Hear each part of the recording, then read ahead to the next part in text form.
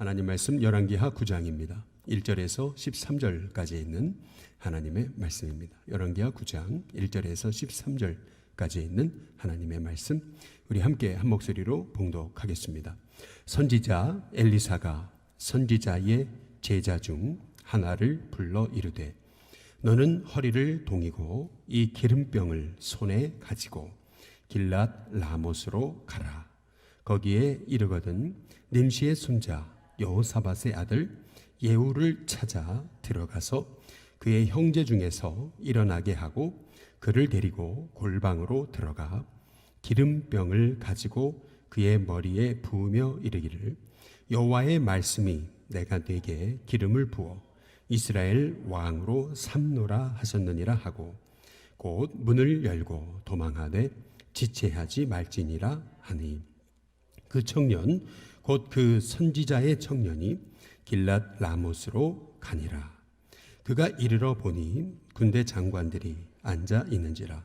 소년이 이르되, 장관이여, 내가 당신에게 할 말이 있나이다. 예후가 이르되, 우리 모든 사람 중에 누구에게 하려느냐 하니, 이르되, 장관이여, 당신에게 니이다 하는지라.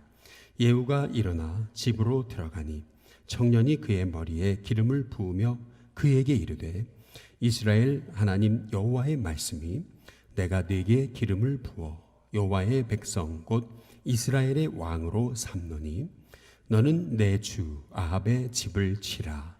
내가 나의 종 곧 선지자들의 피와 여호와의 종들의 피를 이세벨에게 갚아주리라.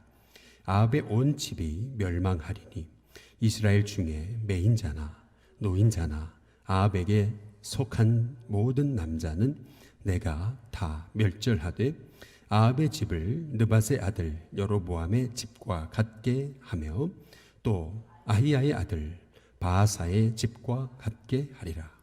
이스라엘 지방에서 개들이 이세벨을 먹으리니 그를 장사할 사람이 없으리라 하셨느니라 하고 곧 문을 열고 도망하니라. 예후가 나와서 그의 주인의 신복들에게 이르니 한 사람이 그에게 묻되, 평안하냐? 그의 미친 자가 무슨 까닭으로 그대에게 왔더냐 대답하되, 그대들이 그 사람과 그가 말한 것을 알리라 하더라. 무리가 이르되, 당치 아니한 말이라. 청하건대 그대는 우리에게 이르라 하니, 대답하되 그가 이리 내게 말하여 이르기를, 여호와의 말씀이 내가 네게 기름을 부어 이스라엘 왕으로 삼는다 하셨다 하더라 하는지라. 무리가 각각 자기의 옷을 급히 가져다가 섬돌 위 곧 예후의 밑에 깔고 나팔을 불며 이르되, 예후는 왕이라 하니라. 아멘. 하나님은 역사를 주관하십니다. 그래서 늘 우리가 말하듯이 역사는 그분의 역사, 히스토리가 되는 것이죠. 그 가장 큰 증거 중에 하나가 바로 오늘 말씀인 것 같아요. 이 말씀을 우리가 조금 이해하기 위해서 우리가 한 20년 전으로 이 시간의 모든 이 역사를 한번 되돌려 봐야 됩니다. 엘리야 시절에 아합 왕은 우상 숭배에 아주 극치를 이루었죠. 그래서 그 이세벨을 통해서 사악한 그러한 일들이 끊임없이 일어나고 선지자가 사라지는 것 같았습니다. 근데 그때 하나님께서 엘리야를 부르셔서 이 아합에게, 이세벨에게 그 땅에 하나님의 말씀을 전하게 하시죠. 이 열왕기상에 보시면은 엘리야가 선포합니다. 내 말이 없으면 이 땅에 비가 오지 않을 거다. 그리고 나서 그리치네가로 가서 까마귀가 주는 음식을 먹고, 그리고 사르밧에 가서 과부가 공개하는 음식을 먹으면서 이 과부의 아들까지, 죽은 아들까지 살려내는 그러한 일을 엘리야가 하죠. 그리고 나서 엘리야는 이방 선지자, 아합의 선지자 850명과 혼자 영적인 대결을 벌여서 이제 승리를 해요. 그리고 나서 하나님께서 이제 이 엘리야에게 하나님의 그 비를 주시는 그러한 기적을 보여주시거든요. 그런데 참 사람이 이렇게 가장 성공했을 때, 가장 하나님의 은혜가 충만했을 때 또 가장 또 시험이 큰 법입니다. 그런 광경을 보고 이제 이세벨이 이제 이 엘리야에게 그렇게 이제 엘리야의 그 심정을 건드리는 그러한 협박을 하죠. 너도 저 이방 선지자처럼 너도 죽을 거다. 협박을 해요. 근데 왜 그때 갑자기 이 엘리야가 그 형편을 받는지 모르겠어요. 하나님의 사람도 이렇게 형편을 볼 때가 있죠. 형편을 보면 아무리 그렇게 뭐 하나님께 기도해서 비가 그치게 하고 또 기도해서 비가 내리게 하고 기도해서 850명이라는 이방 선지자들과 싸워서 영적 전쟁 가운데 승리한 또 죽은 아들까지 살려낸 그러한 하나님의 종도 다 넘어질 수밖에 없는 것이 형편을 봤을 때라는 거죠. 그가 저 형편을 보고 일어나 그랬거든요. 결국 도망치고 마른 거죠.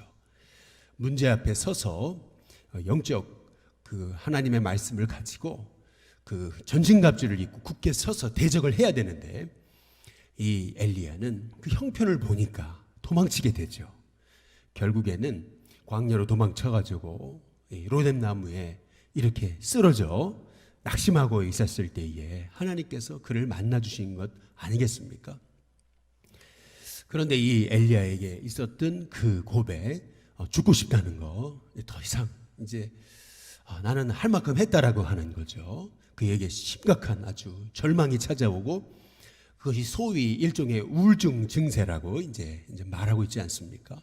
아무리 하나님의 종도 이렇게 깊은 우울감에 이제 빠져들 수 있다라고 하는 것을 이 엘리야를 통해서 이제 우리가 보는 것이죠. 그러나 하나님께서는 엘리야를 다시 일으키셔가지고 다시 세우시기 위해서 먼저는 그를 어루만지시고 또 한 병 물과 떡을 준비하시고 또 엘리야를 깊이 쉬게 잠들게 잠자게 하시고 그래서 회복시키셔서 호렙산에 이르게 하신 다음에 하나님께서 엘리야에게 드디어 나타나시죠. 먼저는 크고 강한 바람으로 그리고 지진으로 그리고 불 가운데 말씀하신 것 같더니 그때도 말씀하시지 않으시다가 아주 세미한 음성으로 하나님께서 말씀해 주시기를 이 엘리야의 그 마음에 천둥이 치는 것 같이 그러나 그 음성은 세미한 음성이었습니다. 그 세미한 음성으로 내가 7천 제자를 남겨뒀다. 우리 주님이 말씀하시잖아요. 7천 명의 종들을 남겨놨다. 엘리야 시대에 정말 7천 명이 일어났습니까? 우리가 말씀을 통해서 7천 명이다라는 것은 확인할 수 없습니다. 마찬가지로 우리가 지금 이 시대를 바라보면 너무나 어둡죠. 우리가 정말 외로운 복음의 싸움을 하는 것 같죠. 그러나 엘리야 시대에 하나님께서 한 사람 두 사람 모여들게 하시죠.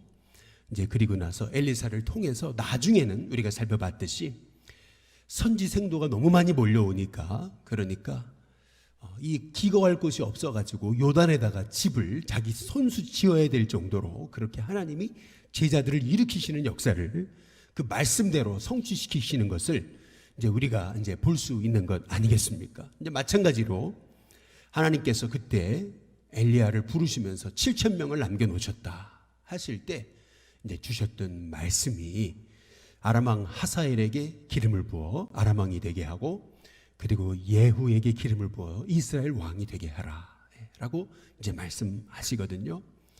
이제 그 말씀이 이제 엘리사에게까지 성취되어지는 것을 이제 볼 수가 있는 거예요. 벌써 이게 20년 전의 사건입니다.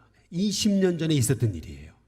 20년 전에 하나님께서 하신 약속을 지금 이제 엘리야는 하나님이 부르시고 엘리사를 통해서 하나님이 이 말씀을 성취해 가시는 장면입니다. 우리 9장 1절에 한번 보시면은 선지자 엘리사가 그랬죠. 선지자의 제자 중 하나를 불러 이르되 너는 허리를 동이고 이 기름병을 손에 가지고 길랏 라못으로 가라. 이제 이렇게 얘기하거든요. 비전은 엘리야에게 주셨습니다. 근데 그 비전의 성취는 엘리사에게 이루어지는 것이죠. 약속의 말씀은 엘리야에게 주셨습니다. 근데 그 약속의 말씀의 성취는 엘리사에게 이루어지는 것을 이제 볼 수가 있습니다. 마찬가지로 내 때에 하나님의 역사가 이루어지지 않는 것 같아도 하나님은 하나님의 역사를 이루어 가시는 것입니다. 그래서 이 땅의 역사는 그분의 역사고, 우리가 우리의 눈으로 환경, 상황, 형편 바라보고 속단하고 좌절하고 절망할 것이 아니라 하나님의 약속은 하나님의 뜻에 하나님의 방법으로 하나님의 때에 이루어진다는 사실을 믿고 우리는 약속을 붙들고 오로지 주님의 그 얼굴만 바라보고 나아가는 하나님의 종이 되어야 되는 것이죠. 오늘 여기 말씀해 보시면은 우리가 중요하게 우리가 붙들어야 될 또 하나의 지명이 있죠. 9장 1절에 끝에 부분에 보면은 길랏 라못으로 가라, 이제 이렇게 얘기하고 있잖아요. 길랏 라못이 이제 어디입니까? 거기 8장 28절에 보시면은 그가 아합의 아들 요람과 함께 길랏 라못으로 가서 아람 왕 하사엘과 더불어 싸우더니, 그러잖아요. 아람 사람들이 요람에게 부상을 입힌지라, 이제 이렇게 얘기하고 있어요. 때는 지금 이 아람과 또 이 북이스라엘과 남유다의 동맹군이 지금 전쟁을 벌이던 그러한 상황이었습니다. 그것도 길랏 라못에서 말이죠. 근데 그 길랏 라못에서 요담은 크게 부상을 당해요. 그래서 도망치죠. 그래서 이스라엘로 가서 이제 자기의 그 상처난 부위를 치료받고 있었던 때였습니다. 그때에 이제 요람은 이스라엘로 가 있고, 그리고 예후는 이 길랏 라못에 있을 때 하나님께서 엘리사를 통해서 말씀하셔서 그의 제자 중 하나를 이제 보내시는 거죠. 너는 빨리 지금 허리를 동이고 그리고 이 기름병을 손에 가지고 길랏 라못으로 가라, 이제 이렇게 얘기하잖아요. 근데 9장 2절에 보시면은 2절에 한번 잘 보세요. 거기에 이르거든 님시의 손자 여호사밧의 아들 예후를, 그다음 뭐예요? 찾아 얘기하잖아요. 찾고 그다음 어떻게 하라고요? 들어가서 그래요. 그리고 그의 형제 중에서 그다음 또 뭐예요? 일어나게 하고, 그다음에 그를 그다음 뭐죠? 데리고, 그리고 골방으로 어떻게 해요? 들어가. 여기 보면은 명령이 많습니다. 찾아라 먼저, 그리고 들어가라, 그리고 그 형제 중에서 그를 일으켜라, 그리고 그를 또 따로 데리고 가라, 그리고 골방으로 1대1로 들어가라, 이제 이렇게 얘기하고 있거든요. 아니 전쟁 중에 있는 사람을, 그것도 아니 처음 보는 사람을 말이에요. 그리고 그 이스라엘의 군대 그 장관으로 있던 그 사람을 불러내가지고 1대1로 골방에 들어가서, 그래가지고 여기 3절에 보면 기름병을 가지고 그 머리에 버라, 이르기를 여호와의 말씀이 내가 네게 기름을 부어 이스라엘 왕으로 삼노라 하셨느니 하고 곧 문을 열고 도망쳐라. 그러나 지체하지 말라, 이제 이렇게 말씀하고 이제 있잖아요. 그랬더니 거기 4절에 보니까 그 청년, 곧 그 선지자의 청년이 길랏 라못으로 갔다, 이제 이렇게 얘기하고 있어요. 여기서 중요한 말씀은 4절에 그 청년, 곧 그 선지자의 청년이라고 이렇게 이제 말하고 있잖아요. 여기서 말씀하고 있는 것은 이 청년이 아주 젊은 사람이라는 것을 알 수가 있죠. 굉장히 젊은 사람입니다. 근데 이름은 모릅니다. 그러나 그는 이 엘리사의 말에 전적으로 순종하죠. 어느 정도 순종했냐면은 오늘 말씀에 힌트가 나와요. 11절에 보시면은 예후가 나와서 그 주인의 신복들에게 이르니 한 사람이 이제 예후에게 묻습니다. 평안하냐? 그러면서 뭐라 하냐면 뭐라 그럽니까? 그 미친 자가 무슨 까닭으로 그대에게 왔더냐? 이렇게 얘기하고 있잖아요. 이 청년의 모습이 미친 자 같은 사람처럼 보였다는 것입니다. 정말 미친 자처럼 달려오더니 이 예후를 찾아가지고, 그래가지고 일어나라 그런 다음에 따라오라 그런 다음에 들어간 다음에 기름을 부고 도망쳐 버렸습니다. 미친 자처럼 보인 거죠. 사람들의 눈에도 이 미친 자처럼 보였던 이 청년. 그러나 사람들은 미친 자처럼 보였을지 모르지만 그 청년은 말씀에 순종하는 자였습니다. 마찬가지로 하나님의 뜻을 이루는 데 있어서 우리는 때로는 주의 말씀에 순종하기까지 이렇게 사람들에게 오해도 받고 미친 자 취급도 받을 수 있습니다. 그러나 하나님의 역사는 이렇게 순종하는 하나님의 사람, 무명의 사람, 그의 나이는 상관없습니다.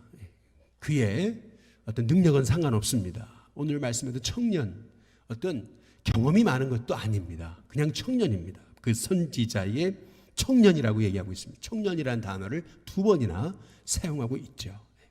근데 그 청년은 다름 아닌 9장 1절에 보면은 선지자 엘리사가 선지자의 제자 중이라 그러거든요. 그 청년은 바로 제자였습니다. 이게 바로 제자인 것이죠. 제자는 하나님의 말씀에 순종해서 그분의 뜻을 대언하는 자가 제자입니다. 그 제자 한 사람을 통해서 하나님의 뜻이 선포되어지고 하나님의 뜻이 증거되어지고 또 하나님의 뜻이 이루어지는 것입니다.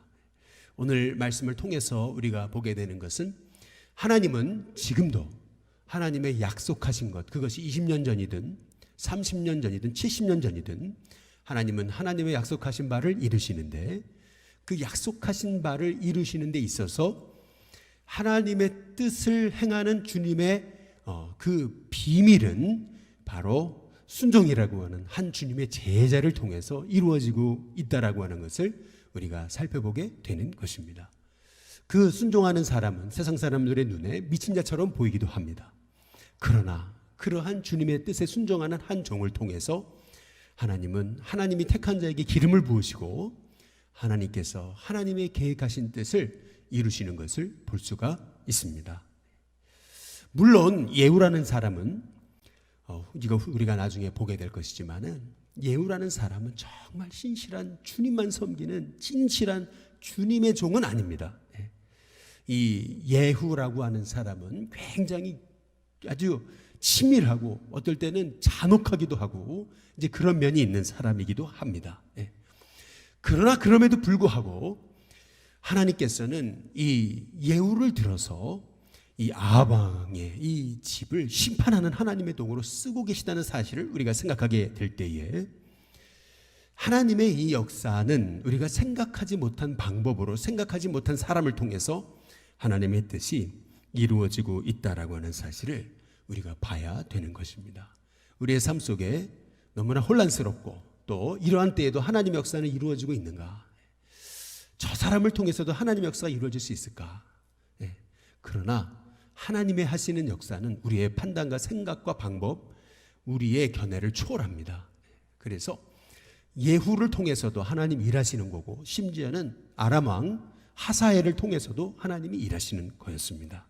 전혀 뜻하지 않은 방법으로 뜻하지 않은 사람을 통해서 뜻하지 않은 때에 하나님께서 일을 하나님의 계획을 그분의 역사를 성취시키고 계시다는 사실을 우리가 살펴보면서 오늘 말씀을 통해서 우리가 할 일은 오직 하나님의 뜻에 주목하고 그 뜻에 순종하며 여기 이 무명의 이름 모를 한 청년 이 제자가 미친 듯이 주님의 뜻에 순종한 것처럼 우리도 미친 듯이 주님의 뜻에 순종하는 하나님의 종으로 살 때에 우리를 통해서 하나님의 뜻이 성취되어짐을 믿고 우리가 자라나 우러나 치우치지 않고 정말 주님의 뜻에 귀한 도구로 쓰임받게 되는 하나님의 종이 되게 달라고 기도하는 저와 여러분이 다 되시기를 주님의 이름으로 축복합니다.